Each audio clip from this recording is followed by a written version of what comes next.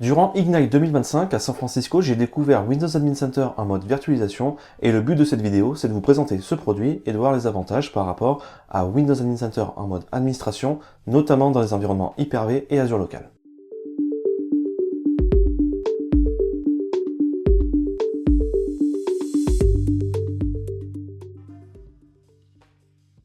Donc voici la vue du nouvel Admin Center en mode virtualisation. Pour l'installer, rien de plus simple, vous déployez une VM dans votre cluster ou même en dehors de votre cluster ou dans votre Hyper-V, peu importe. Cette VM doit être en Windows Server 2025, vous installez les dépendances et puis vous allez installer Windows Admin Center en mode virtualisation. Donc il faut installer le bon exécutable évidemment. Et la seule chose qu'il y a en plus par rapport à l'Admin Center en mode administration, donc l'Admin Center classique, c'est qu'il y a une base Postgre qui va être installée directement sur la machine, sur l'appliance, pour héberger les infos. Donc on va avoir un agent qui va être déployé sur les nœuds Hyper-V ou Azure Local, et l'idée c'est de remonter les informations en base Postgre pour justement que l'interface soit beaucoup plus fluide que les Admin Center en mode administration.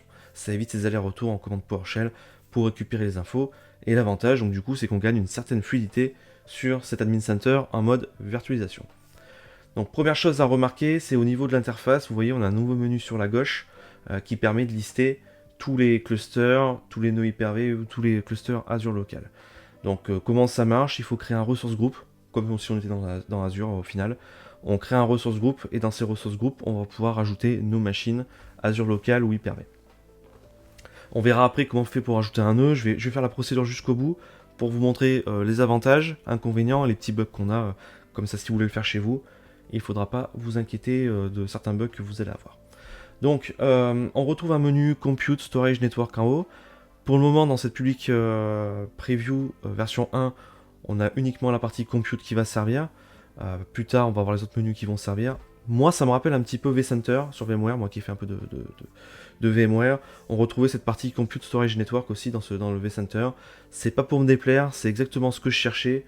Quand je faisais de l'Hyper-V, je voulais une belle interface graphique pour gérer mes clusters Hyper-V ou Azure Local. Bah là, typiquement, ça va dans le bon sens. Alors effectivement, c'est qu'une public preview, donc il n'y a pas tant de choses que ça dans l'outil, mais pour moi, ça va dans le bon sens. Donc, si on navigue un petit peu dans les menus, par exemple, je suis sur mon cluster ici, on voit que Admin Center se charge derrière. Et on voit que ça se charge beaucoup plus vite qu'avant. Avant, c'était beaucoup plus lent pour naviguer dans les menus. Là, on voit que l'affichage des informations se fait de manière plus rapide. On retrouve les mêmes infos que dans Admin Center qu'on avait avant. Hein. Donc la gestion des mises à jour, la gestion des VM. Si je clique sur VM ici, on va retrouver nos VM. On retrouve les intentions. Alors chose très importante, si vous voulez faire de l'Admin Center en mode virtualisation, il faut que vos Hyper-V soient configurés avec des intentions ATC. Donc pour rappel, Network ATC, ça permet de configurer de manière automatique les cartes réseau en fonction d'intentions. Donc par exemple, vous aurez des interfaces réseau pour le stockage, vous mettez intention stockage et ça va les paramétrer pour ça. Vous aurez donc des cartes réseau pour la partie compute et management. Donc derrière ça, il faut entendre la communication des VM et la communication du nœud Hyper-V ou Azure Local. Bah là, vous avez sectionné votre intention compute et management. Ce qui fait que le déploiement est automatisé. Aujourd'hui, Network ATC est uniquement disponible dans Windows Server 2025 et demain, il sera disponible dans Windows Server 2022, notamment en février. C'est ce que nous a indiqué Microsoft durant l'Ignite. Donc voilà, on retrouve donc les panneaux de configuration et tout ça. Donc là, il n'y a rien de neuf sous le soleil. Et si je déroule un petit peu les menus, donc on voit ici les nœuds Hyper-V et les machines qui sont en dessous.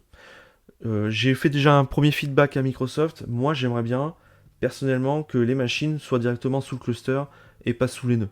Parce qu'en fait, au final, dans un cluster, je m'en moque où se situe la VM, hein, que ce soit sur le nœud 1, 2 ou 3. Ce qui m'intéresse, c'est que la VM soit dans le cluster.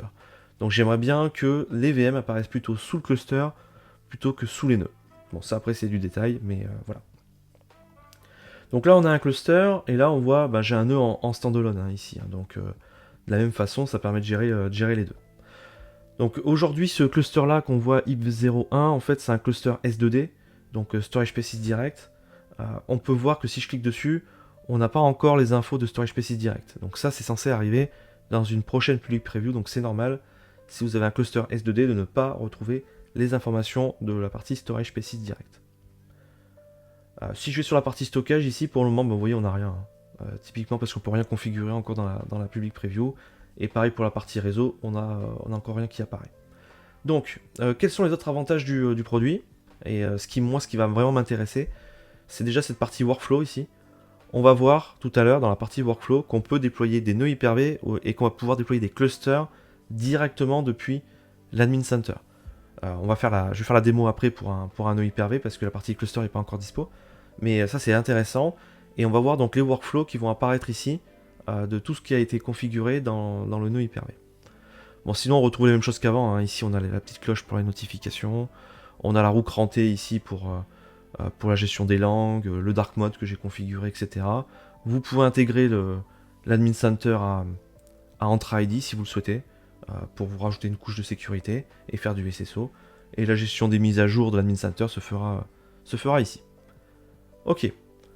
Donc maintenant, comment ça se passe si je veux rajouter des machines? Donc là, j'ai un resource group Hyper-V Node. Donc là, par exemple, je vais cliquer sur les petits points ici. Et on voit que je peux faire un add ressource. Et j'ai oublié de vous indiquer aussi qu'on faisait pour ajouter un resource group. Pour ajouter un resource group, on clique ici et on fait donc le add, add resource group ici. Donc ça va créer le petit resource group ici. Et une fois que vous avez vos ressources group, vous pouvez cliquer là et faire add ressource. Vous pouvez ajouter des clusters existants ou des machines existantes tant qu'il y a Network ATC qui est configuré. On va le voir juste après. Là, je vais ajouter une machine qui n'est pas existante et je l'ai laissé from scratch, comme ça vous verrez tout ce qu'il faut faire, tout ce qu'il faut apporter pour que ça fonctionne. Donc première chose, je vais choisir mon profil de host. Donc soit compute, soit storage, bientôt networking. Donc là, c'est un nœud Hyper-V que je veux rajouter, donc c'est du compute. Donc je clique dessus. Demain, vous voyez, c'est déjà prévu, on pourra cocher la petite case cluster d'ici, ce qui permettra de configurer le cluster directement depuis cette interface.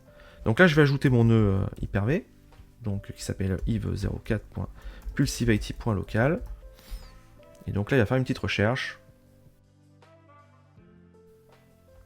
Et donc là, j'ai un warning qui m'indique, attention, il faut activer un flux firewall, donc typiquement le SMB, pour qu'il puisse se connecter en SMB sur le serveur. Donc tout ce que je vais faire, c'est que je vais copier cette ligne de commande PowerShell et je vais la lancer donc dans ma machine Hyper-V.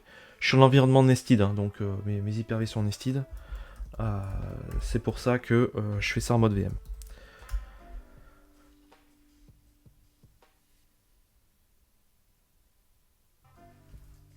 Alors la première chose que j'ai fait sur mes nœuds Hyper-V pour que ça fonctionne, je les ai rejoints à l'AD parce que pour le moment il faut que les machines soient dans l'AD pour que ça fonctionne. J'imagine que demain ça fonctionnera en ADLS évidemment. Et donc j'ai configuré aussi le nom des cartes réseau. C'est nécessaire, notamment quand vous faites du network ATC. Il faut que quand dans un cluster, toutes les cartes réseau soient nommées de la même façon, puisque ce qu'il va faire, c'est qu'on va appliquer une intention sur un nom de carte réseau. Donc par exemple, si vous voulez faire une intention de stockage, il faudra que au niveau carte de stockage, vous les appuyez par exemple le stockage sur tous les nœuds. Comme ça, vous allez choisir stockage et sur tous les nœuds, toutes les cartes qui s'appellent stockage seront configurées de la même façon. Donc là, hop, je vais zoomer un petit peu pour que ça soit plus lisible. Hop, on va mettre ça en 32. Voilà. Donc je copie-colle la commande ici. On va agrandir un petit peu également si possible. Hop.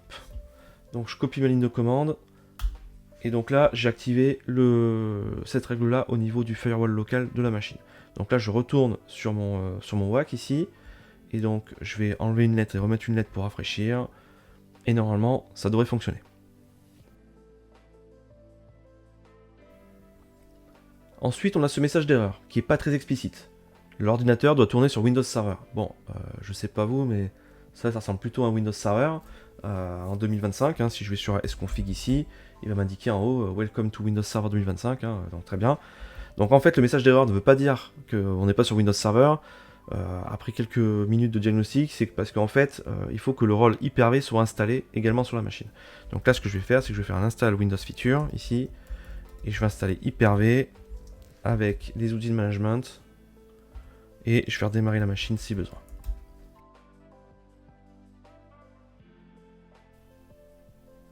Ok, donc le rôle Hyper-V est installé, je retourne sur mon WAC ici, et je vais rafraîchir de nouveau le nœud pour voir si tout est ok.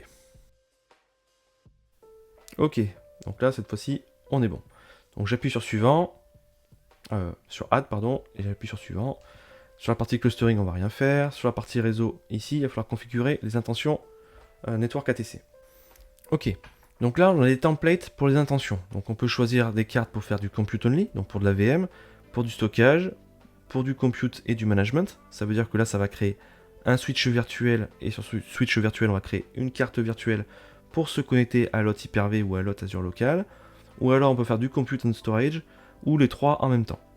Et si dans vos templates ici, il n'y a pas ce qu'il faut, donc on peut faire network plus network intent template ici. Vous mettez le nom que vous voulez, un Toto, et vous allez choisir le type d'intention. Donc là, par exemple, du compute. Et donc, vous allez pouvoir créer des modifications sur les templates, notamment, par exemple, pour changer la taille des jumbo packets ou le type de RDMA si vous en faites. Pour le moment, on ne peut pas désactiver le RDMA sur les cartes, donc ce qui fait que moi j'ai des erreurs dans mon environnement virtuel. Mais donc demain, on pourra le désactiver évidemment. Et pareil pour le vSwitch, vous pouvez activer SRIOV si vous voulez, ou changer l'algorithme de balancing des cartes réseau virtuelles des VM.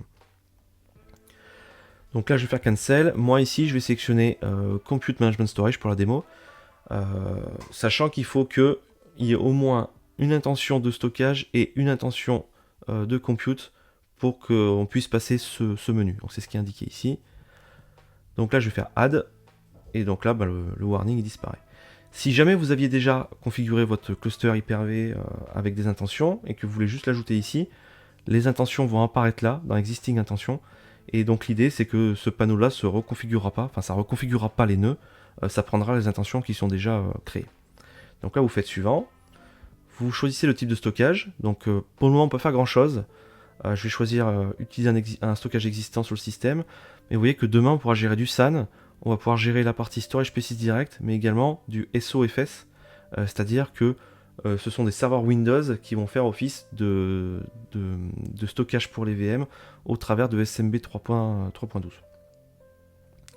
Donc là je vais sélectionner ça parce que c'est la seule option possible pour le moment.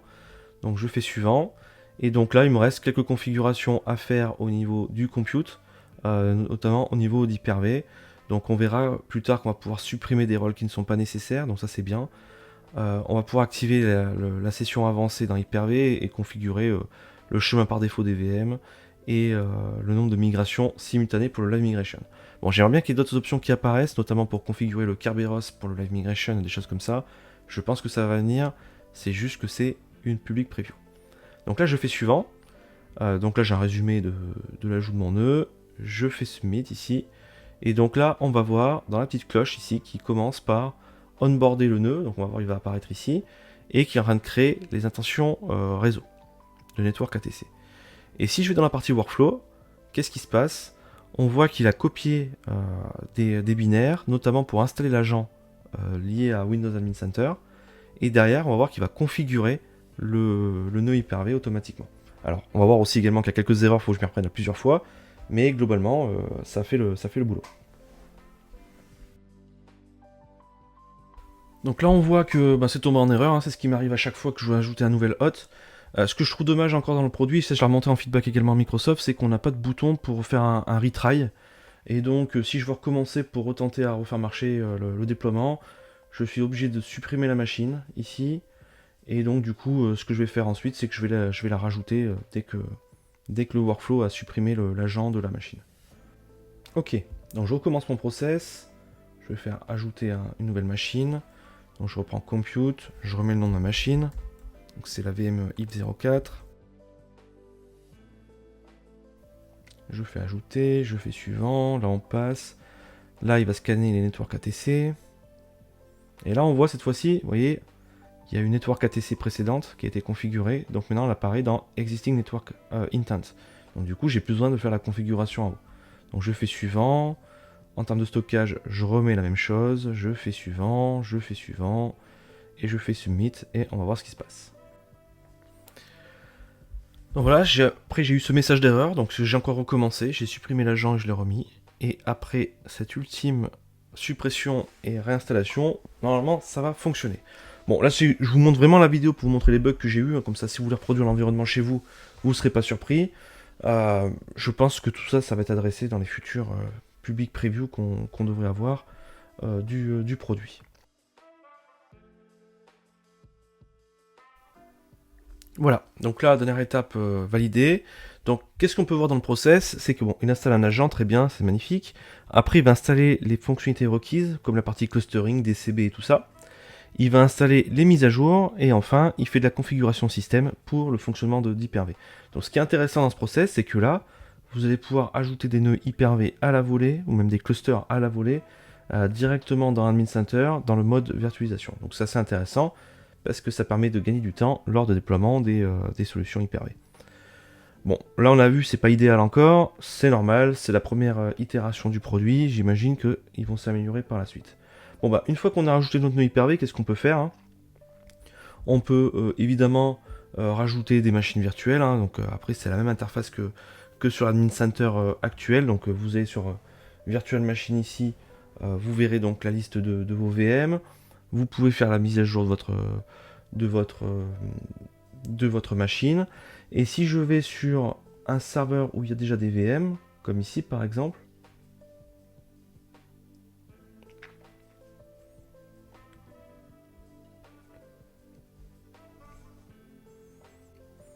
je sélectionne une VM ici, il y a une nouvelle option qui est apparue, c'est que je peux faire une réplication avec Hyper-V. Alors, pardon, ça ne marche pas comme dans un cluster, il faut aller sur une VM qui est sur un nœud Hyper-V en standalone. Ils n'ont pas encore fait fonctionner la partie Hyper-V Hyper-V réplica dans un cluster parce que j'imagine qu'il faut configurer le broker et que ce n'est toujours pas fait. Donc là, une nouvelle option qui apparaît normalement sur les VM qui vont apparaître ici. Si je fais Manage et que je fais Replicate, ici, vous voyez, j'ai la configuration du réplica Hyper-V qui est directement disponible dans l'interface. Voilà, donc c'était la démonstration de cette première version d'Admin Center en mode virtualisation. Comme on a pu le voir dans cette vidéo, Windows Admin Center en mode virtualisation s'adresse uniquement aux environnements Hyper-V et Azure Local, et quand vous êtes en environnement Hyper-V, ça fonctionnera très bien quand vous avez du SAN également qui est derrière. L'outil est très prometteur, déjà l'interface est fluide par rapport à un Windows Admin Center.